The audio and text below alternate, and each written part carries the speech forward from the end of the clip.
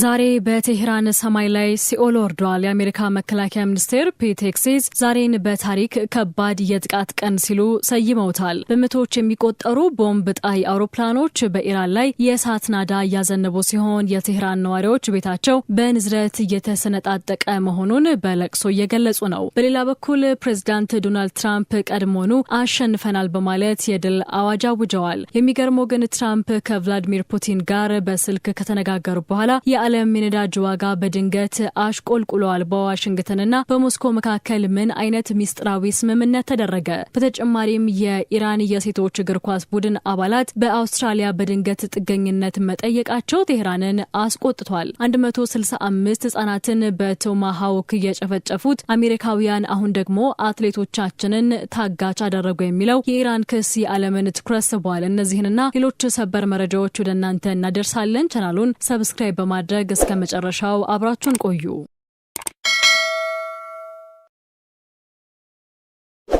ጦርነቱ ወደማይመለስበትና እጅግ አስፈሪ ወደ ሆነው ምዕራፍ ተሸጋግሯል። የአሜሪካ መከላከያ ሚኒስቴር ፔት ሄግሴዝ ዛሬ በፔንታጎን በሰጡት ድንገተኛ መግለጫ ዛሬ በኢራን ላይ የሚፈጸመው ጥቃት በታሪክ እጅግ ከባድ፣ ከፍተኛውና ሰፊው እንደሚሆን በይፋ አውጀዋል። ሄግሴዝ እንዳሉት አሜሪካ እስካሁን ተጠቅማባቸው የማታውቃቸውን በርካታ ተዋጊ ጄቶች፣ ስትራቴጂካዊ ቦምብ ጣይ አውሮፕላኖችና እጅግ ዘመናዊ ሚሳይሎችን በአንድ ጊዜ ወደ ስራ አስገብታለች። ይህ የመጨረሻው ድብደባ ተብሎ የተገመተው ጥቃት የኢራንን ወታደራዊና ኢንዱስትሪያዊ መዋቅር ሙሉ በሙሉ ሽባ ለማድረግ ያለመ መሆኑን ሚኒስቴሩ በኩራት ተናግረዋል። ይህ በፔንታጎን የታወጀው ከባድ ጥቃት በኢራን ምድር ላይ እጅግ አሰቃቂ ትዕይንቶችን እየፈጠረ ይገኛል። በትላንትናው ምሽት ብቻ በቴህራን ከተማ በሚገኘው ሪሳላት አደባባይ አቅራቢያ በደረሰ መጠነ ሰፊ የአየር ድብደባ ቢያንስ 40 ንጹሐን ዜጎች መገደላቸው ተረጋግጧል። የቢቢሲ የቴህራን ዘጋቢዎች እንዳረጋገጡት የከተማዋ ነዋሪዎች በከፍተኛ ድንጋጤ ስጋት ውስጥ ናቸው። አንድ የቴህራን ነዋሪ ለቢቢሲ ሲናገር ትላንት ምሽት በህይወታችን አይተነው የማናውቀው ከባድ ድብደባ ነው የደረሰብን። የቤታችን ግድግዳዎች በንዝረቱ ተሰነጣጥቀዋል። አሁን መተኛት ብርቅ ሆኖብናል። ሰማዩ በእሳት ተጋርዷል በማለት የሁኔታውን አስከፊነት ገልጿል። ይህ የአሜሪካ የጥንካሬ ማሳያ ጥቃት የኢራንን የሚሳኤል አቅም ክፉኛ መቶታል ተብሏል። ሄግሴዝ እንደገለጹት ባለፉት 24 ሰዓታት ውስጥ ኢራን ጦርነቱ ከተጀመረበት ጊዜ አንስቶ ዝቅተኛውን ቁጥር ያላቸውን ሚሳኤሎች ብቻ ነው መተኮስ የቻለችው። ይህ ደግሞ የኢራን የአጸፋ እርምጃ የመውሰድ አቅም እየተዳከመ መምጣቱን ያሳያል ይላሉ ተንታኞች። ሆኖም ግን በቴህራንና በሌሎች ዋና ዋና ከተሞች ላይ እየወረደ ያለው የቦምብ ናዳ ጦርነቱ ከወታደራዊ ኢላማዎች አልፎ ወደ ንጹሐን መኖሪያ መንደሮች እየተሸጋገረ መሆኑንና ኢራን አሁን በታሪኳ አይታው የማታውቀው የሲኦል ምሽት ውስጥ መሆኗን ያረጋግጣል። ጦርነቱ በቴህራን ሰማይ ላይ እሳት እያዘነበ ባለበት በዚህ ሰዓት ፕሬዝዳንት ዶናልድ ትራምፕ ዋሽንግተን ላይ ሆነው ዓለምን ያስገረመ መግለጫ ሰጥተዋል። ትራምፕ እንዳሉት ይህ ጦርነት አሜሪካ ካቀደችው ጊዜ እጅግ ቀድሞ የተጠናቀቀ ነው። ፕሬዝዳንቱ በልዩ በራስ መተማመን በብዙ መንገድ ቀድሞውኑ አሸንፈናል፣ ስራው በሙሉ ሊጠናቀቅ በጣም ተቃርቧል በማለት የድል አዋጅ የሚመስል ንግግር አድርገዋል። ይህ ንግግር የኢራን ወታደራዊ አቅም ሙሉ በሙሉ መፈራረሱን ለዓለም ለማብሰር የታለመ ይመስላል። ከዚህ የድል አዋጅ ጀርባ ግን ሌላ ትልቅ የዲፕሎማሲ ሴራ አለ። ሰኞ ዕለት የዓለም የነዳጅ ዋጋ በአንድ በርሜል $100 በላይ ተሻግሮ የዓለም ኢኮኖሚ ስጋት ላይ ወድቆ ነበር። ሆኖም ትራምፕ ከሩሲያው ፕሬዝዳንት ቭላዲሚር ፑቲን ጋር በስልክ ከተወያዩ በኋላ የነዳጅ ዋጋ በድንገት ወደ $90 ወርዷል። ትራምፕ በጦርነት መሃል ከፑቲን ጋር ምን ተስማሙ የሚለው ጥያቄ የብዙዎችን ትኩረት ስበዋል። ትራምፕ በሰጡት ማብራሪያ በዓለም ላይ ያለው የነዳጅ እጥረትን ለመቅረፍ ሲሉ በአንዳንድ ሀገራት ላይ የተጣለውን የነዳጅ ማዕቀብ እንደሚያነሱ አስታውቀዋል። ይህ የትራምፕና የፑቲን የጀርባ ስምምነት ሁለት ትርጉም አለው። አንደኛው ሩሲያ በነዳጅ ገበያው ላይ ያላትን ተጽዕኖ በመጠቀም ዋጋው እንዲረጋጋ እንድታደርግ ትራምፕ ድርድር ውስጥ መግባታቸውን ያሳያል። ሁለተኛው ደግሞ አሜሪካ በኢራን ላይ የምታካሄደውን ወታደራዊ ዘመቻ ሩሲያ በዝምታ እንድትመለከት የተሰጠ የጥቅም ስምምነት ሊሆን እንደሚችል ተንታኞች ይገምታሉ። ትራምፕ ጦርነቱ በጣም በቅርቡ ያበቃል ሲሉ ቃል ቢገቡም በዋሽንግተን የሚገኙ የቢቢሲ ዘጋቢዎች ግን ትራምፕ ለዚህ ንግግራቸው በበኩላቸው ግልጽ የሆነ መረጃ ወይም ዝርዝር ማስረጃ እንዲያቀርቡ ሲጠየቁ ምላሽ መስጠት እንዳልቻሉ ገልጸዋል። ይህ የትራምፕ የድል ፕሮፓጋንዳ እውነት ይሁን ወይም የዓለምን ገበያ ለማረጋጋት የተጠቀሙበት ስልት በሂደት የሚታይ ይሆናል። ጦርነቱ አሁን ከኢራንና ከእስራኤል ድንበር አልፎ መላውን የባህረ ሰላጤ ሀገራት ማዳረስ ጀምሯል። ዛሬ ማክሰኞ ማለዳ ላይ በዱባይ በባህሬንና በሳውዲ አረቢያ የሚገኙ ነዋሪዎች ከእንቅልፋቸው የነቁት በሚያስደነግጥ የሚሳኤል ማስጠንቀቂያ ደውል ነው። ኢራን በአሜሪካና በእስራኤል የሚሰነዘርባት ጥቃት የአጸፋ እርምጃዋን ወደ አሜሪካ አጋር ሀገራት አዙራለች። የተባበሩት አረብ ኤምሬትስ የመከላከያ ሚኒስቴር እንዳስታወቀው 8 ሚሳኤሎችና 26 ድሮኖችን መቶ መጣል የቻለ ቢሆንም 9ኛው ሚሳኤል ግን በኤምሬትስ ግዛት ውስጥ አርፏል።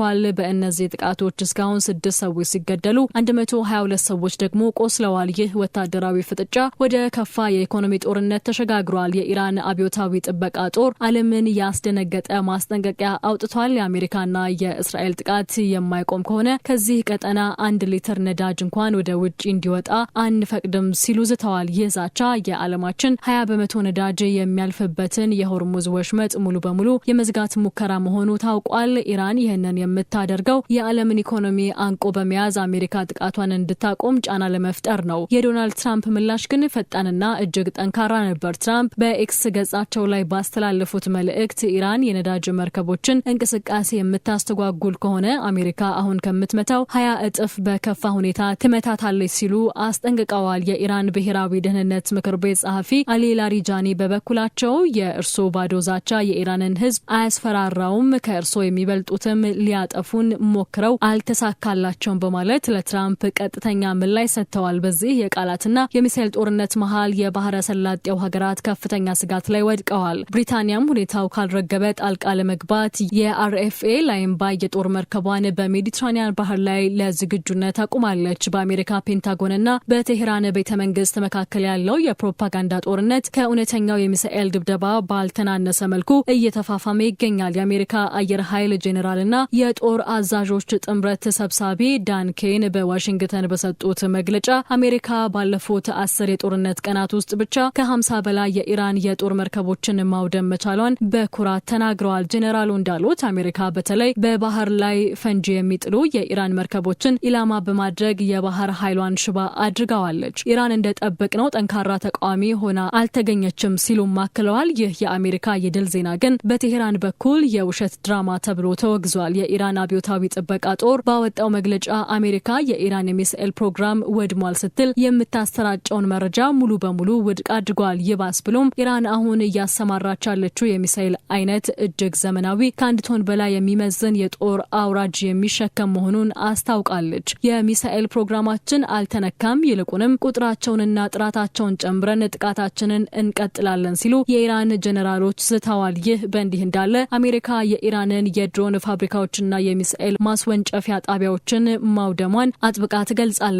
ጀነራል ዶን ኬን እንደተናገሩት የአሜሪካ ጦር ትኩረት ሚሳኤሎችን በመሬት ላይ እያሉ ማጥፋትና የድሮን ማምረቻዎችን ማውደም ላይ ነው። ሆኖም ግን ኢራን አሁንም በአሜሪካ አጋር ሀገራት ማለትም በባህሬን፣ በኩዌትና በሳውዲ ላይ ጥቃቷን አለማቋረጧ የሚሳኤል አቅሟ ገና ሙሉ በሙሉ እንዳልተመታ ያሳያል። በዚህ ወታደራዊ ፍጥጫ መሃል ማን ነው እውነቱን እየተናገረ ያለው የሚለው ጥያቄ የዓለምን የጦር ተንታኞች እያከራከረ ይገኛል። ጦርነቱ በኢራን ሰማይ ላይ ቢበረታም ሰለባው ግን የሊባኖስ ሕዝብ እየሆነ ይገኛል። በተባበሩት መንግስታት ድርጅት ከፍተኛ የስደተኞች ኮሚሽን መረጃ መሰረት ባለፉት 24 ሰዓታት ውስጥ ብቻ ከ100 ሺህ በላይ ሰዎች መኖሪያ ቀያቸውን ጥለው ተሰደዋል። ጦርነቱ ከተጀመረ አንስቶ እስካሁን በሊባኖስ የተፈናቀሉ ዜጎች ቁጥር 667 ሺህ ደርሷል። ይህ ቁጥር የሀገሪቱን የመሸከም አቅም የፈተነ ሲሆን ከተሞች ወደ ባዶነት፣ ትምህርት ቤቶች ደግሞ ወደ መጨናነቂያ መጠለያነት ተቀይረዋል። የዚህ ስደት ሰቆቃ እጅግ ልብ የሚነካው ግን በግለሰቦች ታሪክ ውስጥ ነው። የዩኤንኤችሲአር ተወካይ ካሮሊና ሊንድሆም ቢሊንግ በቤይሩት በሚገኝ አንድ መጠለያ ውስጥ ያገኟትን የ90 ዓመት አዛውንት ታሪክ አጋርተዋል። ይህች አዛውንት በዚህ በ2024 በደረሰ ጥቃት ብቻ 11 የቤተሰብ አባሎቻቸውን አጥተዋል። አሁን ደግሞ በ90 ዓመት እድሜያቸው ለሁለተኛ ጊዜ ተፈናቅለው ቀድሞ መጠለያ በነበረው በዚያ ትምህርት ቤት ውስጥ ወድቀው ይገኛሉ። ፍርሃት፣ እርግጠኛ አለመሆንና ተደጋጋሚ የስነ ልቦና ስብራት የሊባኖስ ቤተሰቦች የዕለት ተዕለት ህይወት ሆኗል። ስደቱ በሀገር ውስጥ ብቻ አልተገደበም። የአየር ድብደባው እየበረታ ሲመጣ በ10 ሺዎች የሚቆጠሩ ሰዎች ወደ ጎረቤት ሀገር ሶሪያ እየፈሰሱ ይገኛሉ። የሶሪያ ባለስልጣናት እንደገለጹት ከ78000 በላይ ሶሪያውያን እና ከ7700 በላይ ሊባኖሳውያን ድንበር አቋርጠው ወደ ሶሪያ ገብተዋል። እስራኤል በሊባኖስ ደቡባዊ ዳርቻ በጢሮስና በሲዶና አካባቢ የሚገኙ የሂዝቦላ ይዞታዎችን ለመምታት የማስጠንቀቂያ ደውልና የማስለቀቂያ ትዕዛዝ ማስተላለፏን ቀጥላለች። በሊባኖስ እስካሁን በአየር ጥቃቱ የሞቱ ሰዎች ቁጥር 500 የተጠጋ ሲሆን ሀገሪቱ በሁለት እሳቶች መሃል በአሜሪካ እስራኤል ጥቃትና በሂዝቦላ አጸፋ መሃል እየነደች ትገኛለች። ጦርነቱ በሜዳ ላይ ብቻ ሳይሆን በስፖርቱ ዓለምም አስገራሚ ስንጥቅ ፈጥሯል። በአውስትራሊያ በሚካሄድ ውድድር ላይ የነበሩት የኢራን የሴቶች ብሔራዊ እግር ኳስ ቡድን አባላት የቡድኑ አምበል ዛሃራ ጋንባሪንን ጨምሮ 5 ተጫዋቾች በድንገት ከሆቴላቸው በመጥፋት በአውስትራሊያ የሰብአዊ መብት ጥገኝነት ጠይቀዋል። የአውስትራሊያ የሀገር ውስጥ ጉዳይ ሚኒስቴር ቶኒ ቡርክ ተጫዋቾቹ በሀገሪቱ እንዲቆዩ የሚፈቅድ ሰነድ ሲፈርሙ የሚያሳይ ምስል ይፋ ሆኗል። ይህ ድንገተኛ ስደት በኢራን መንግስት ዘንድ ከፍተኛ ቁጣን ቀስቅሷል። የኢራን የውጭ ጉዳይ ሚኒስቴር ቃል አቀባይ እስማኤል ባጋይ ይህንን ድርጊት ታጋጅ መውሰድ ሲሉ ጠርተውታል። ባጋይ በኤክስ ገጻቸው ላይ ባሰፈሩት መሪር መልእክት በቢናብ ከተማ 165 ንጹሃን የኢራን ትምህርት ቤቶች ህጻናትን በቶማሆክ ሚሳኤል ጨፍጭፈው አሁን የእኛን አትሌቶች እናድናለን በሚል ስም ታጋች ሊያደርጉ ፈልገዋል። ይህ ከፍተኛ ግብዝነት ነው ብለዋል። ተጫዋቾቹ ቀደም ሲል ከደቡብ ኮሪያ ጋር በነበረ ጨዋታ የሀገሪቱን ብሔራዊ መዝሙር ባለመዘመራቸው በሀገር ውስጥ ሚዲያዎች ከዳተኞች ተብለው ሲወገዙ መቆየታቸው ለስደታቸው ምክንያት ሳይሆን እንደማይቀር ይገመታል። ይህ የዲፕሎማሲ ጦርነት በትራምፕ አስተዳደር በኩልም ቀጥሏል። ፕሬዚዳንት ትራምፕ ለፎክስ ኒውስ በሰጡት ቃለ መጠይቅ ከኢራን ጋር የሰላም ድርድር ለመጀመር ፍላጎት እንዳላቸው ቢገልጹም ድርድሩ የሚወሰነው በሚቀርቡት ቅድመ ሁኔታዎች ነው ብለዋል። ትራምፕ አክለውም አሁን ላይ ከእነሱ ጋር ማውራትም ላያስፈልገኝ ይችላል በማለት የድል አድራጊነት ስሜት አሳይተዋል። የኢራኑ የውጭ ጉዳይ ሚኒስቴር አባስ አራጊቺ በበኩላቸው አሜሪካ ቀደም ሲል የገባቸውን ስምምነቶች በማፍረሷ ከአሜሪካውያን ጋር ዳግመኛ የመደራደር ጥያቄ ከጠረጴዛው ላይ አይቀመጥም ሲሉ በምሬት ተናግረዋል። በዚህም መሰረት ጦርነቱ በወታደራዊ በኢኮኖሚና በዲፕሎማሲያዊ መስክ እጅግ የተወሳሰበ ደረጃ ላይ ደርሷል።